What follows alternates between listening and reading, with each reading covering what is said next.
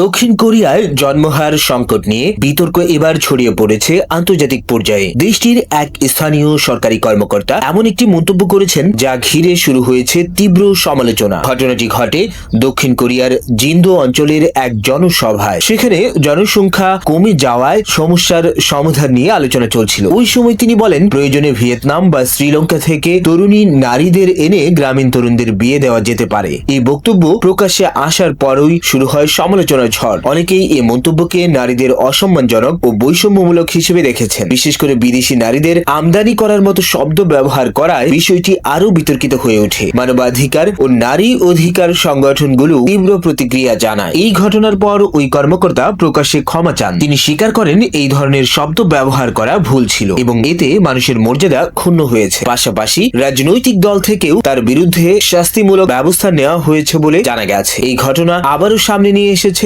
দক্ষিণ কোরিয়ার ভয়াবহ জন্মহার সংকটের বিষয়। দেশটি দীর্ঘদিন ধরে বিশ্বের অন্যতম সর্বনিম্ন জন্মহার সমস্যার মুখোমুখি। বিশেষ করে গ্রামীণ এলাকায় জনসংখ্যা দ্রুত কমে যাচ্ছে। বিশ্লেষকরা বলছেন, জনসংখ্যার সংকট সমাধান করতে গিয়ে সামাজিক সংবেদনশীলতা বজায় রাখা অত্যন্ত গুরুত্বপূর্ণ, কারণ এমন মন্তব্য কেবল অভ্যন্তরীণ নয়, আন্তর্জাতিক সম্পর্কেও প্রভাব ফেলতে পারে।